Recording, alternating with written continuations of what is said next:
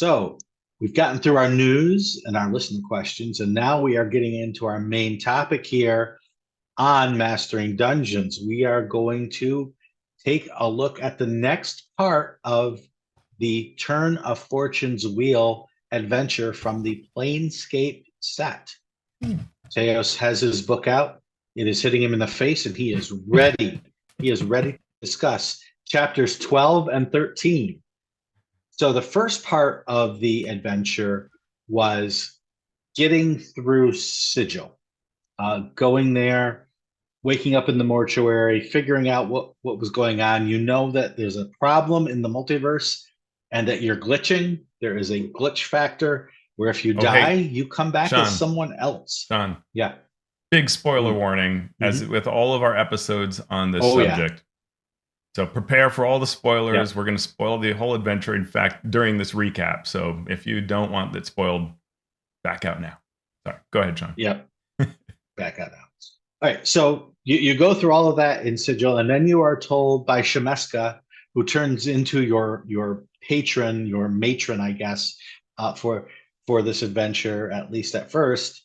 She wants you to go find a Modron named Rome, who she says escaped from her employ in her casino. So off you go into the Outlands looking for this Modron. And we covered all the chapters that cover the gate towns that you have to visit. Because to find Rome, you need to take his Mimir and refill it with information. And once it's refilled, it reforms, and then it can tell you more about its time with Rome. So in what we covered before, it was the gate towns. Now we're going to talk about two chapters. The first is the Outlands Explorations. So these are encounters, or these are supposed to be encounters that take place as you're moving between the gate towns. And then the next chapter, chapter 13, is called Secrets of the Spire. That's where you learn where Rome was or is, and you can go to the spire to search for him. All right, so let's talk about chapter 12 first. I'm going to read you the blurb, and then I'm going to get Teos's take. This chapter presents encounters for use while characters explore the Outlands. These events aren't vital to the adventure and can be used in any order. Some reinforce recurring themes in the adventure, while others are exciting digression. Use these events and the encounter tables in Mort's Planar Parade to further develop the Outlands. These events don't influence when characters should advance in level. All right, Teos, that was the mandate that they've set themselves for this chapter. What do you think? I think a lot of things. I don't think they followed on this mandate. It's a good mandate. I don't think they're usually exciting. They can be interesting, but I don't think they're exciting digressions, as I said here. I don't know that they really reinforce recurring themes, but we'll talk about what they do that maybe is what they're planning on this. The other thing is just, this is great. I'd forgotten about it, right? At the end of last chapter, I was like, well, there should have been a thing of like, what do we find? Because we're supposed to be going back and forth on this walking castle. And then it was like, oh, look, here's this chapter that are the things. And it does mention it in the chapter before all the gate towns, but it's very brief. And I just think this should have been earlier so that you remember it and use it. And maybe some reminders in there, but I know it's always tight on space, but it's easy to forget. We have to go to a lot of different gate towns. I think it's 7 of them. And we are given, 3 events? Which seems a little low. 3 events and a table. Yeah. But okay, it's a short adventure, so what are you going to do? Any other thoughts at the high level, or should we talk about the planar glitch table? Let's talk about this planar glitch table because, like you, I thought, okay, cool. This is what we asked for at the end of the last thing. We're like, boy, there should be something. And, oh, here it is. Cool. Yeah. Good. And that right up front thing, I'm like, cool, this is exactly what you need. You need to have these things to tie these gate towns together, because the gate towns themselves really didn't push you toward the main story. So here's where this will happen. This is going to be great. And so the first section is called Planar Glitch. And again, I think great. Now we're going to know how the glitch is affecting things, because that's what we said last time. We said the planar glitch really doesn't come into, at least in any significant way that I saw, any of the Gate Town chapters. Everything is business as usual there. Or if it's not business as usual, it's not because of any glitch that it's not business as usual.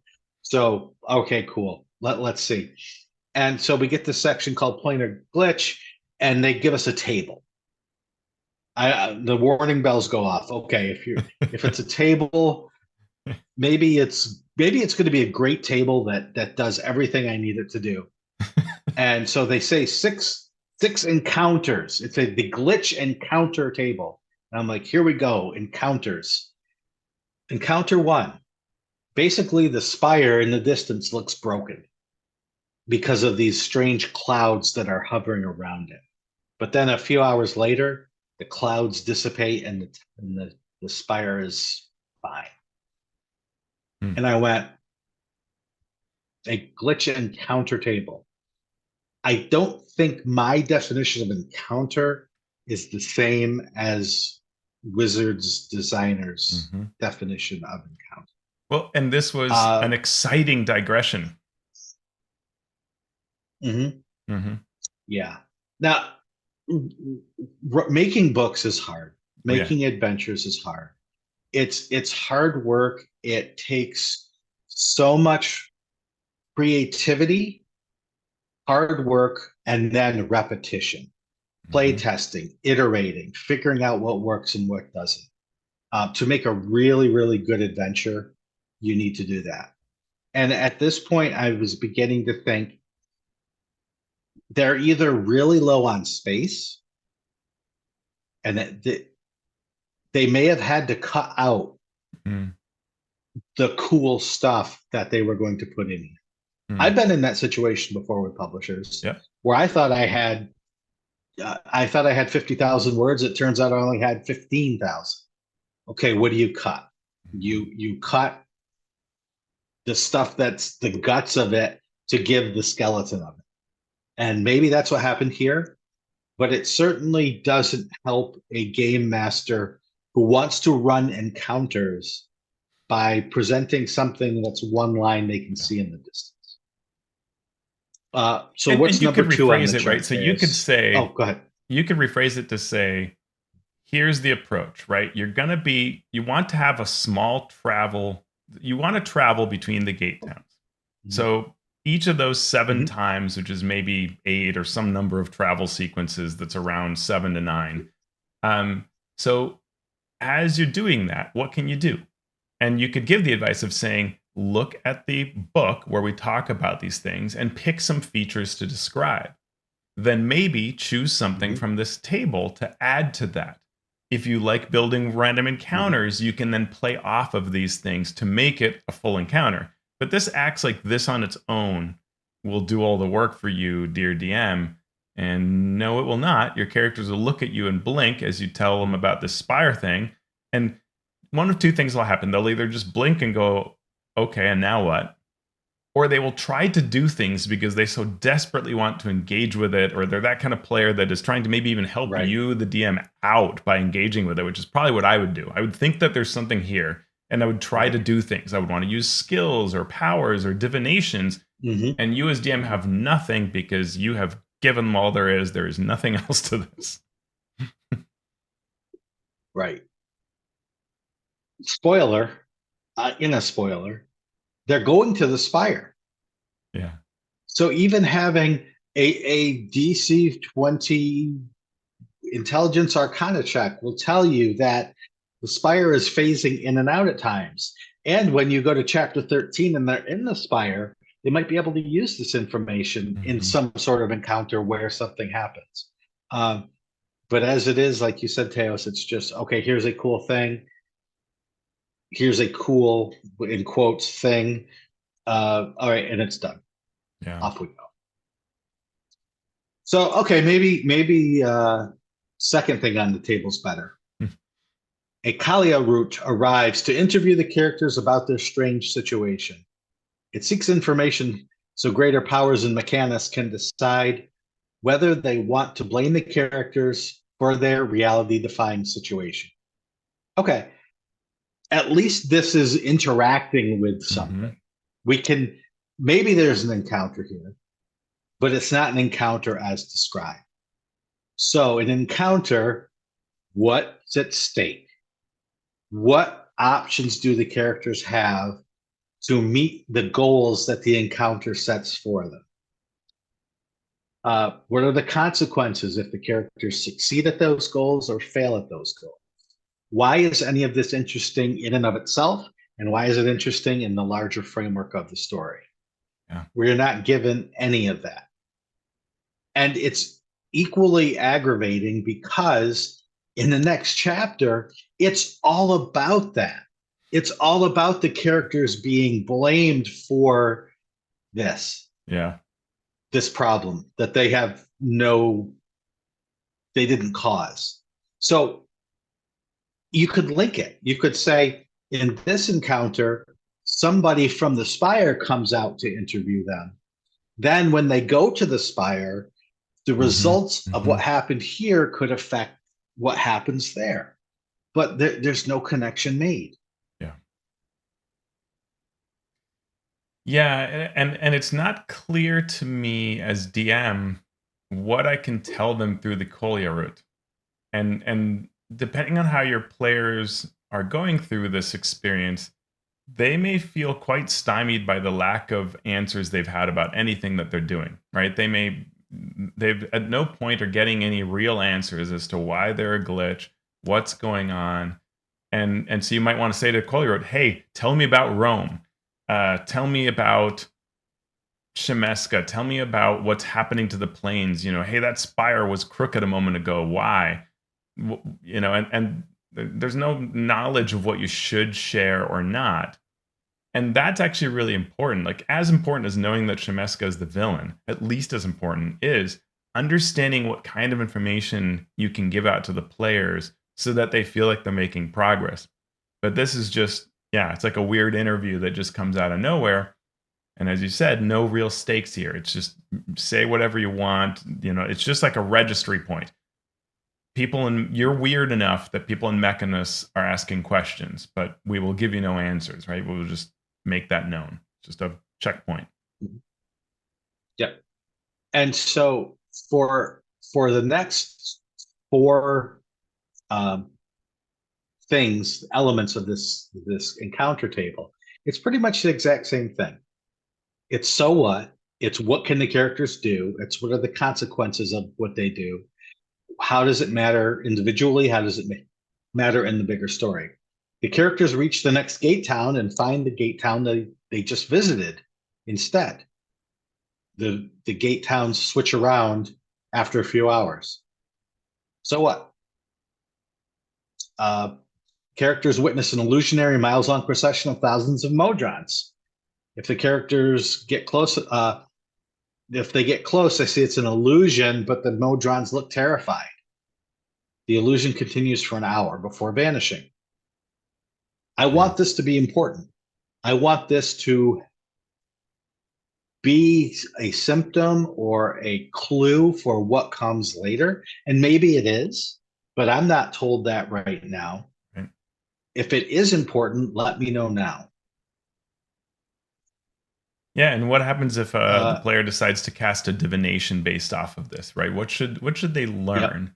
Yep. And because again, there's the whole adventure has worked really hard to not answer any questions. So can a smart thing lead to any kind of information?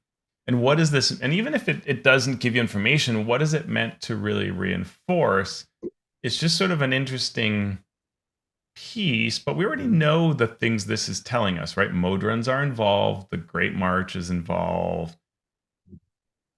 Something's wrong, but we already know those things. And so it's just, and it's also that it's not clear this is a glitch, right? So for all I know, as a player or DM, wandering around the Outlands, there probably is some place that just gives you weird illusions that have something to do with reality, but might be wrong too.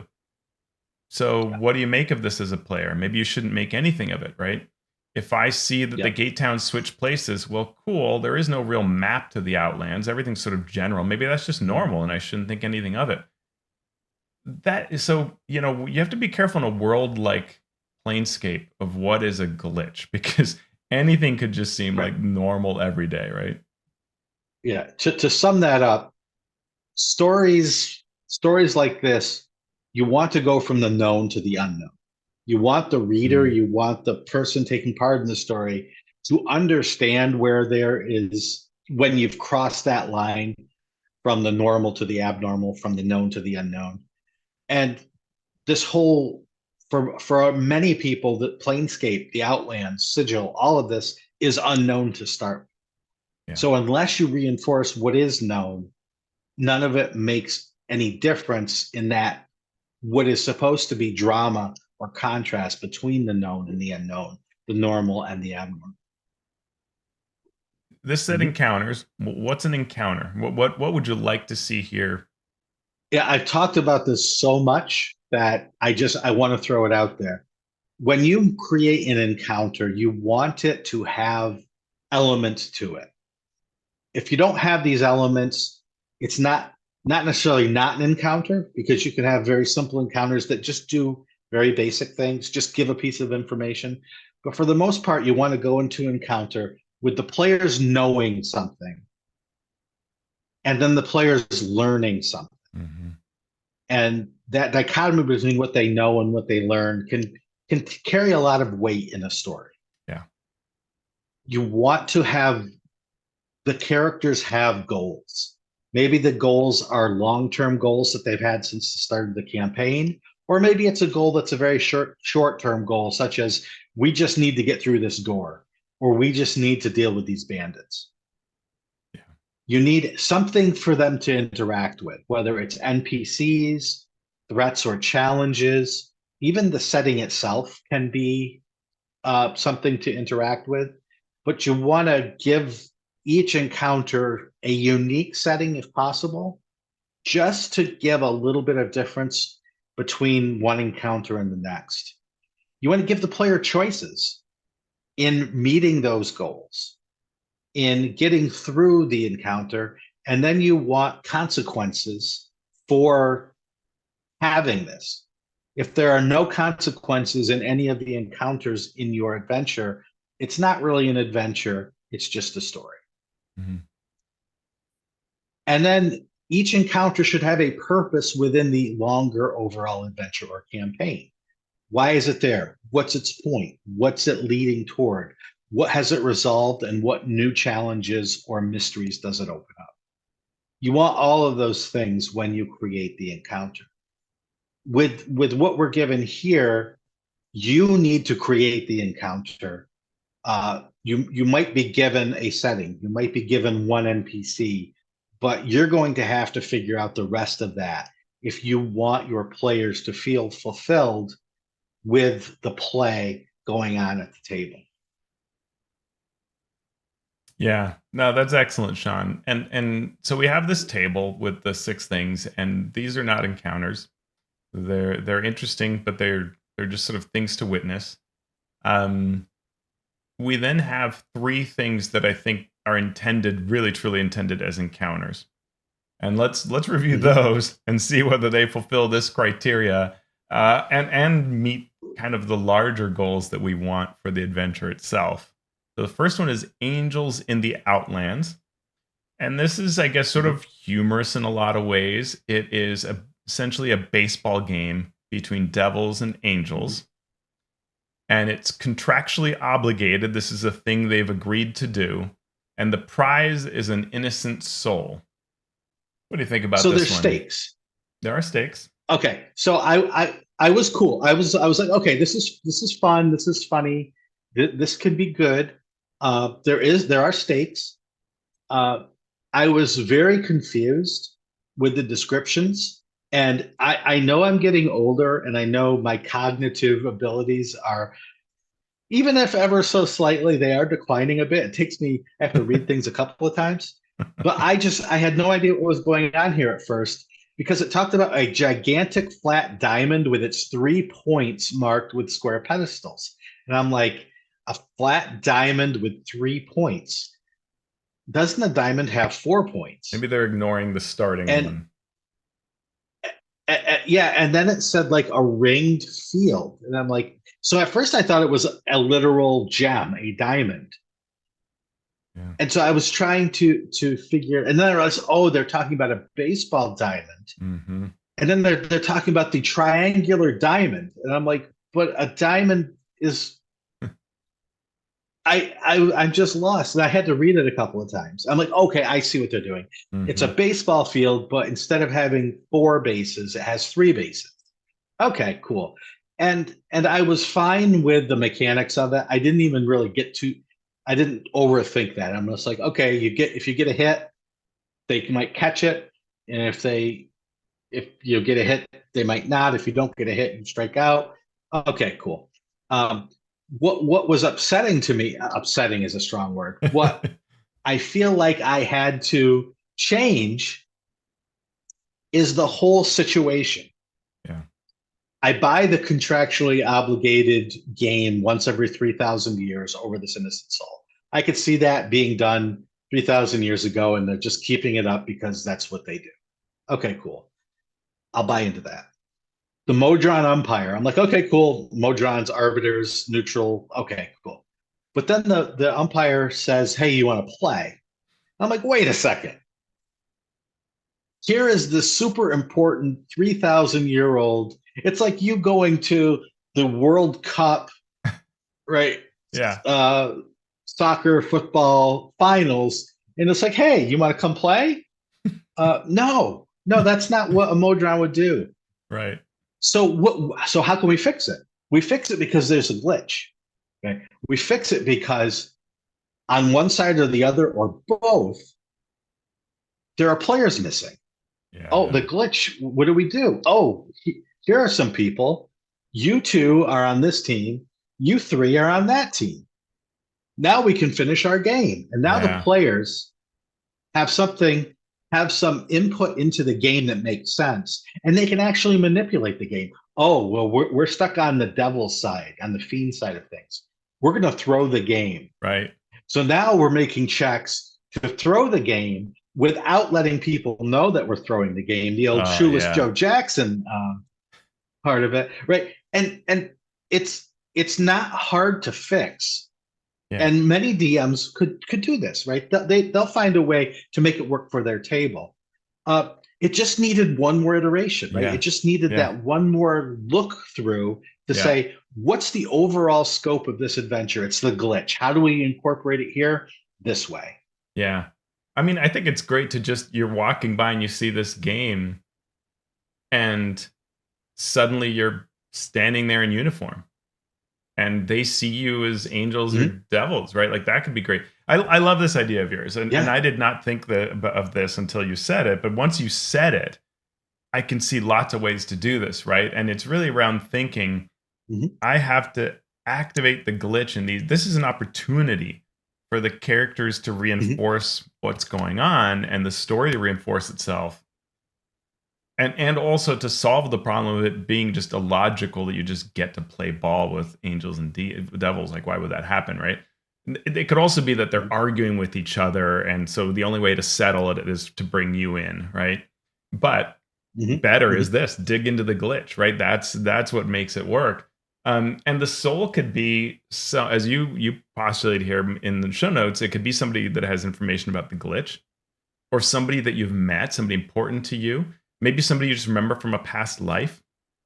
It could be one of your incarnations, maybe. I don't know if that can work, but something to make it important, so that you care about the outcome at a personal level, right? Then this becomes a true encounter. Right. And then as soon as you add the consequences and you give the player some agency that makes sense, that they can work toward a goal, now you've got not just an okay encounter, not just a funny encounter, but a funny and important encounter to the entire adventure. And I'm going to say so let's look at the next one.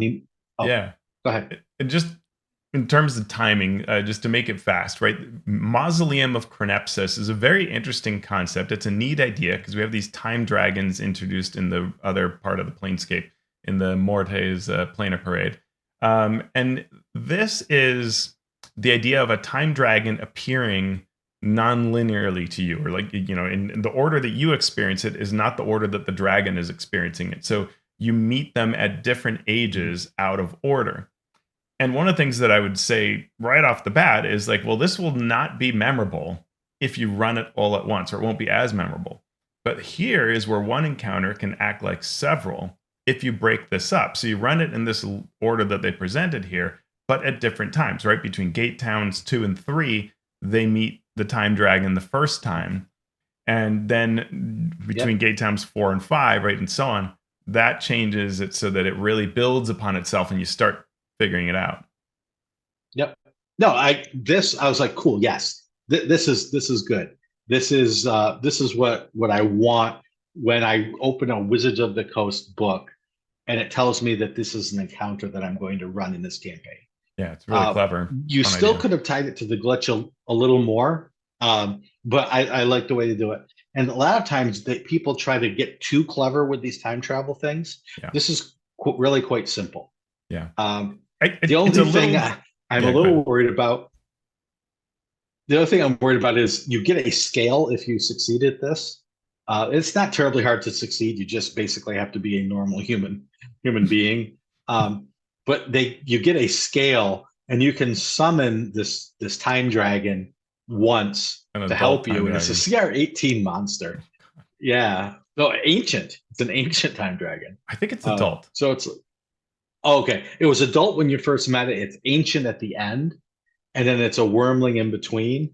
But I may have read that. I think you summoned the adult version, but it's still formidable. Yeah. Maybe it's CR12. The dragon is ancient. Yeah, you can bring in the adult time dragon, which oh no, that's challenge rating 18. Adult. Okay, yes. It's a CR18 monster that just comes in and solves a problem for you, I would say, at some point. Perhaps the last problem you encounter, who knows? If you do like many players and hoard it till the total last minute. I did find that this is a little simple. I like simplicity because yes, this is already complex, so keep it simple. But a lot of the scenes are sort of like response, like the dragon says X, you will respond with something, but you're not doing a lot for a lot of these scenes. You're sort of observing and taking it in. And I would like it if there was a little more experience there, a little more engagement versus observation, but it's a very fun concept and I like it. Yeah. It's simplified in that it gives you the answer. You just have to remember to make use of the answer. And we've talked about it before with puzzles, right? You can't make a puzzle too simple, because there will always be groups out there that for one reason or another, even though the answer is literally sitting right in front of them, cannot do it. So I'm cool with simplicity when it has to do with these sort of timey-wimey puzzly things. And then the last encounter in this chapter is Semunya's Bog. Just up front, Semuanya is one of my favorite beings in all of D&D. Wow. And my Semuanya is a god of lizard folk, who, as opposed to Cessnick is the god of the evil, demonic sort of aspect of lizard folk over time. Semuanya is the nature-related, survival-related, very sort of placid and nurturing sort of deity.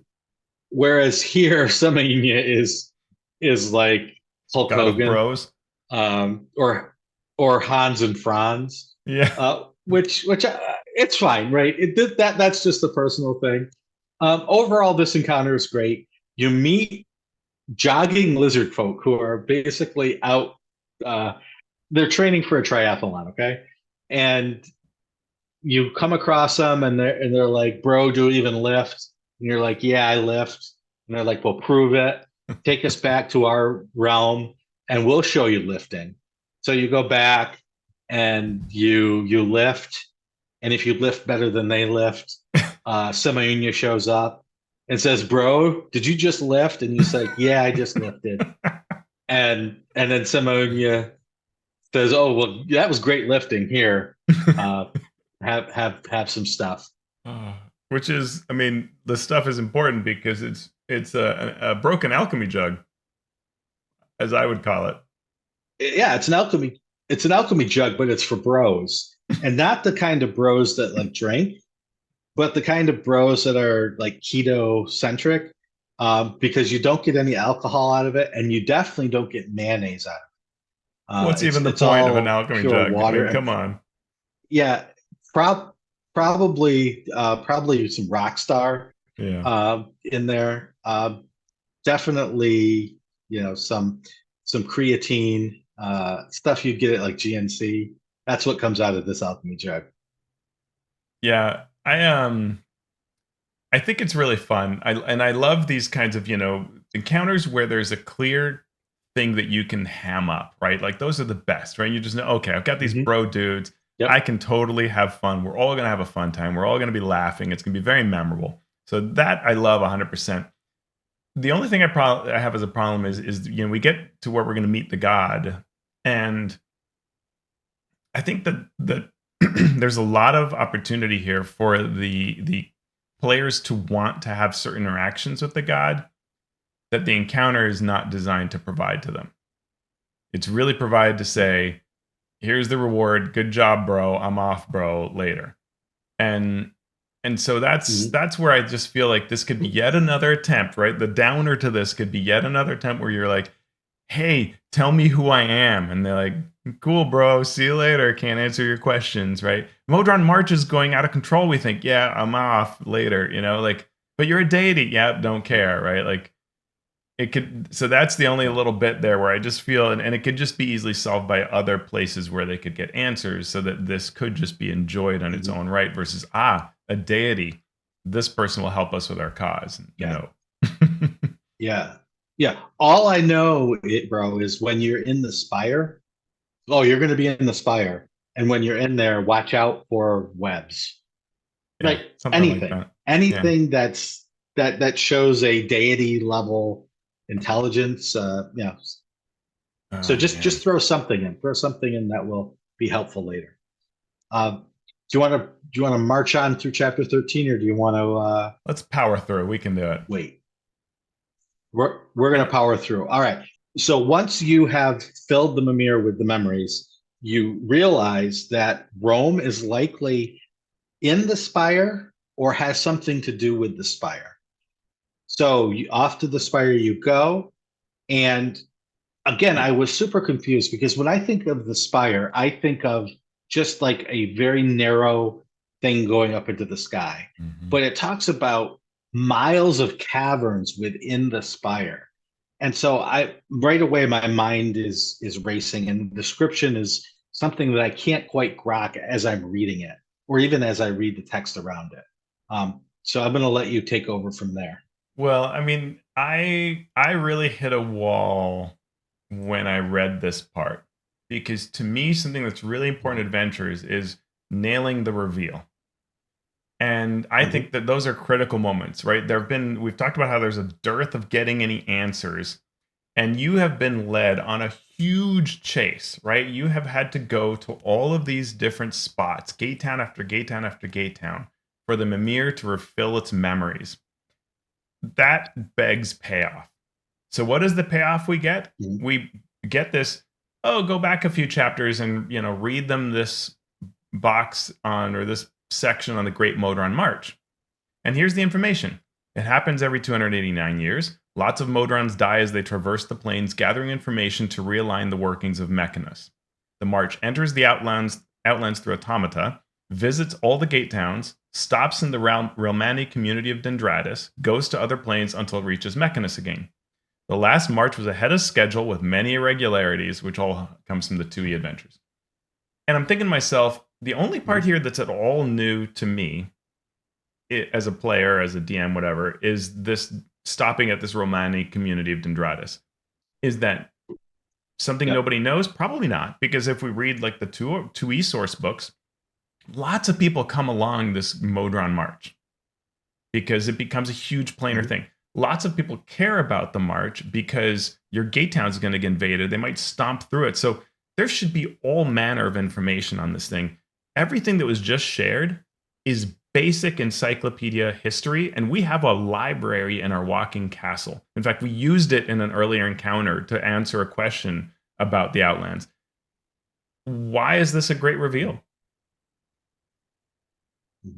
There's nothing here, to my knowledge, that would satisfy the players. It's just sort of like, okay, I guess maybe if you know nothing about Planescape, then this might be interesting.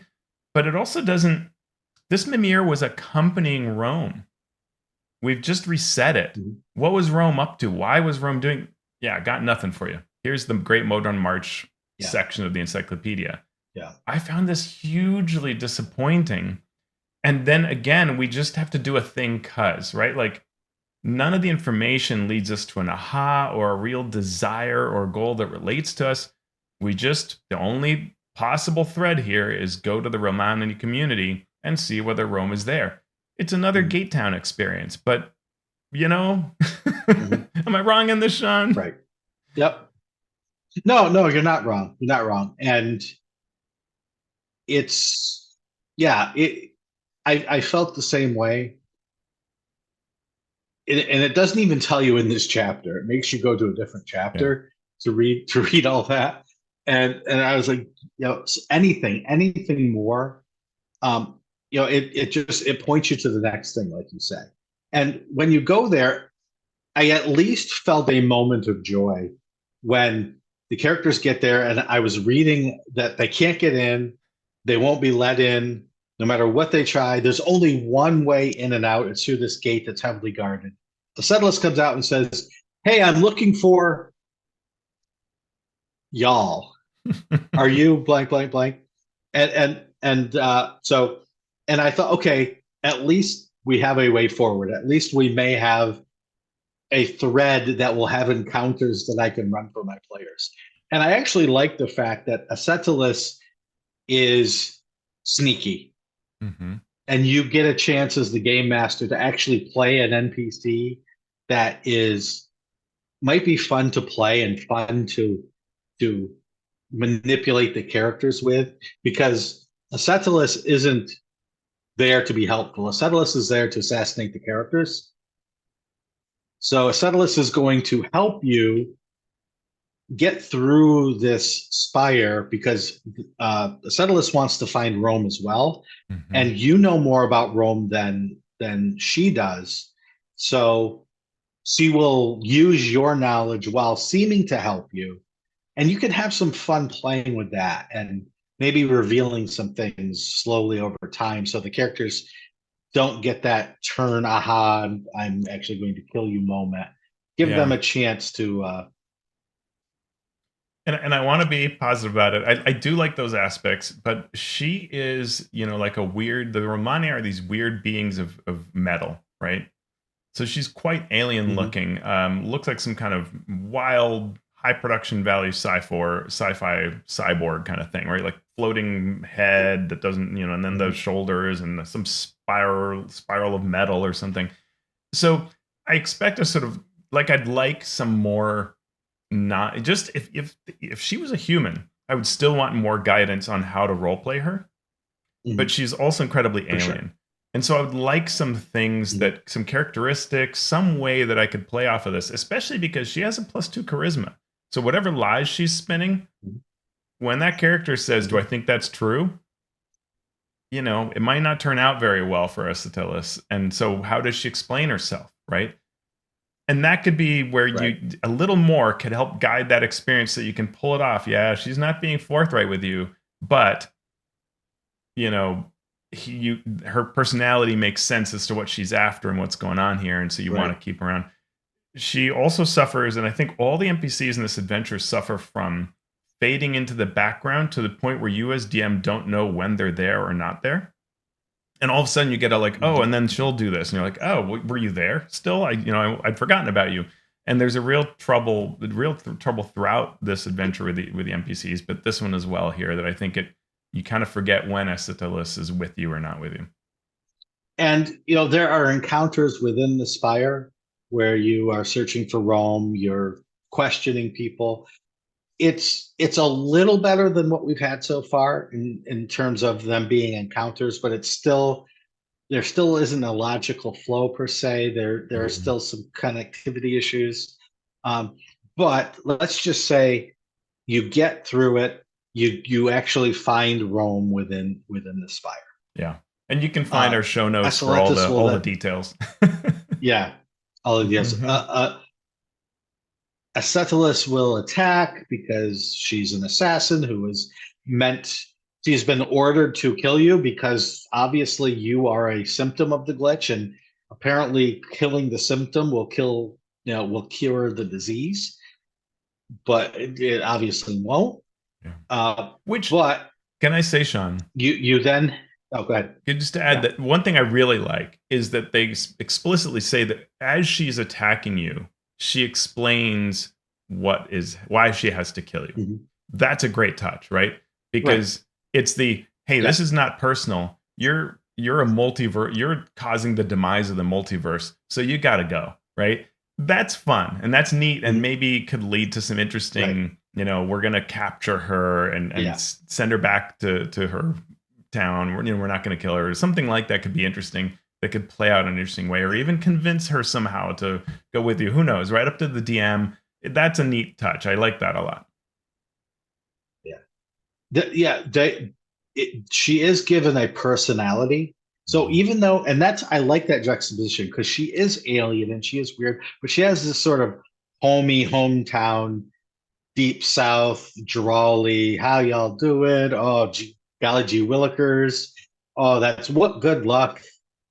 That y'all are here, that sort of thing. And then she can continue that as she's trying to kill you.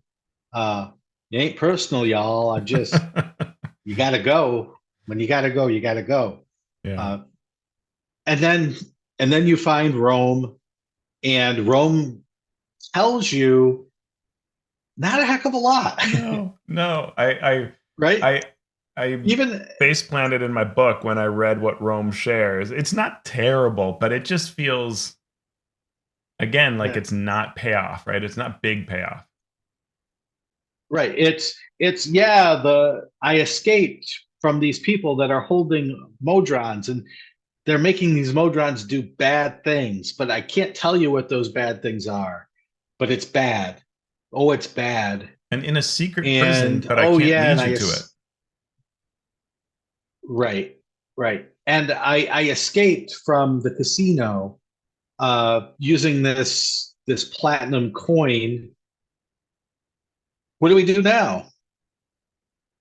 And I'm like, yeah, what do we do now? There's an interesting little logic weirdness here, which is that the Modrons were held in a secret prison. Rome escapes, is captured, and taken to a fancy place, the casino. So I don't know that the secret prison and the casino are linked. May or may not be. In the casino, used a platinum casino chip to escape through a portal behind a big wheel. Here's the chip. And I've been on the run since then. So I've been through Sigil and the Outlands to avoid recapture, and this is interesting, but also to recreate the march and complete it. I guess because Rome is one of the original marchers from the last one and never got to complete it, which then makes me say, wait, Rome was at every gate town we just visited, and this never came up. And if we had asked anybody, hey, was Rome here? What were we supposed to have answered? And if the answer was yes, what should we have learned, right? Like, how did you get out of carcery where we were? Any of this, right? Like, it's one of these things where I'm like, man, I feel like this was just slammed in here with not enough thought and development as to how to make this work for the players. the part that is obvious is, well, you're not an accountant. Shemeska talks about the fancy fox fiend. That's obviously Shemeska. So Shemeska's lying to us. Shemeska's evil. We already knew she was evil, but manipulating us. And something's going on. So I guess the idea is confront Shemeska using this chip that I've given you, this key. But I can see a lot of things that players would want to do, especially in the type of campaigns that I think we increasingly want to run, right? Like, you joined a faction. Why not mobilize the faction? Especially if you joined a faction that's in charge of law or something like that. Here's a person Shemeska is trying to take down the multiverse. I would like to, DM, go to my faction and plea that Shemeska has broken the rules, and hey, Rome can prove it. She's trying to destroy the multiverse. Take her down. Right? Yeah. But no, the idea is you've got to do this one thing. There's only one thing you can do, and you've got to go in. And I don't know that that's a clear, obvious goal or what the players would want to do. I don't know. They're literally gods here, Shawn. We could go visit, a plan could be to go visit one of these gods. Right. Take me to the god of law and let's stop the multiverse. I think that if I'm a cleric, I think my deity, who's right over there, cares about these things that are happening. I'm going to go talk to my deity. And as I was reading this, I thought, okay, if my group was playing it, or if I was in a group playing this, at this point we would be like, what do we do? What do we do? Because we don't have a clear direction forward. What do we do? I don't know. And somebody will come up with some stupid ass plan, and somebody will come up with a even worse plan. And you know what I'm going to be like? We've got this scale from a time dragon. Let's polish this thing and let's talk to the time dragon. Maybe the time dragon can give us a clue about how to move forward from here, because I'm totally lost in terms of what to do or where to go from here. Yeah. But that's just me.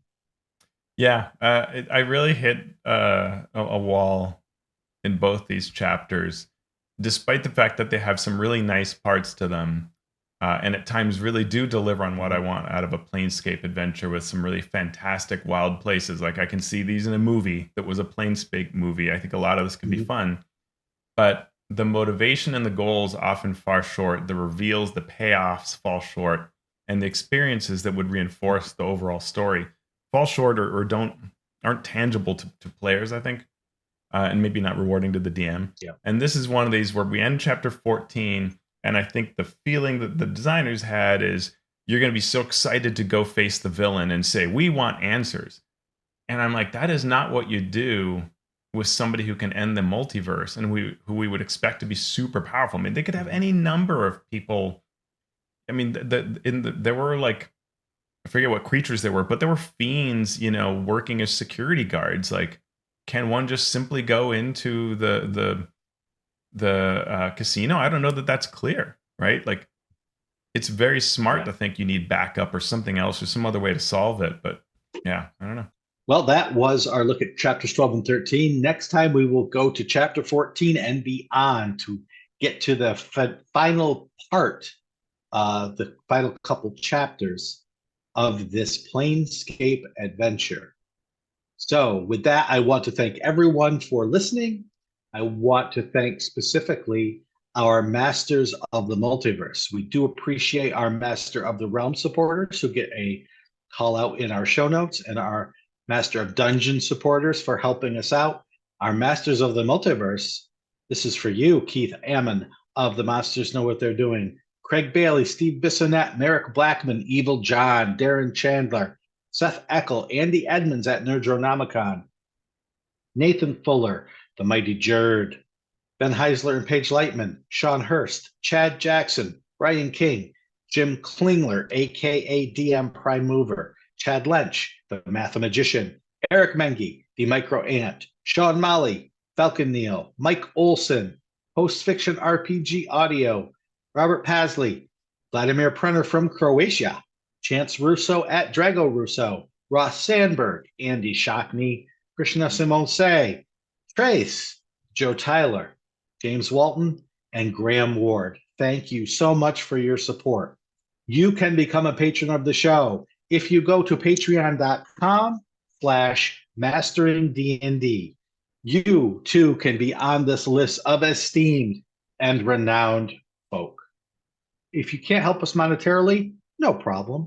If you could, though, give us a review on Apple Podcast. Let everybody know what you think of the show, especially if you like it. And that helps us get out there in the world just a little bit more. You can also subscribe to our YouTube channel, which is Mastering Dungeons. Teos, where can people find you?